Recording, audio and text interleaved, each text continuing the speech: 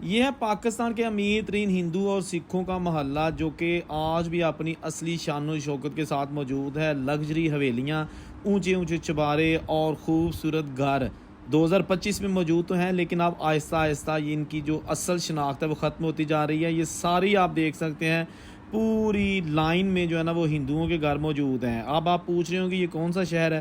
یہ جناب گوجرا ٹاکی محلہ اور گڑھ محلہ، وہاں پر یہ سارے عالی شان گھر دوستوں موجود ہیں۔ بتایا جاتا ہے کہ جب یہاں سے ہندو اور سکھ 1947 کو انڈیا کے لیے گئے تو وہ دروازے کھلے ہی چھوڑ کر چلے گئے تھے، کیونکہ انہیں پتہ تھا کہ اگر ہم تالے بھی لگائیں گے تو لوگ تالے بھی توڑ لیں گے، کیونکہ اب ہم نے کون سا یہاں آنا ہے۔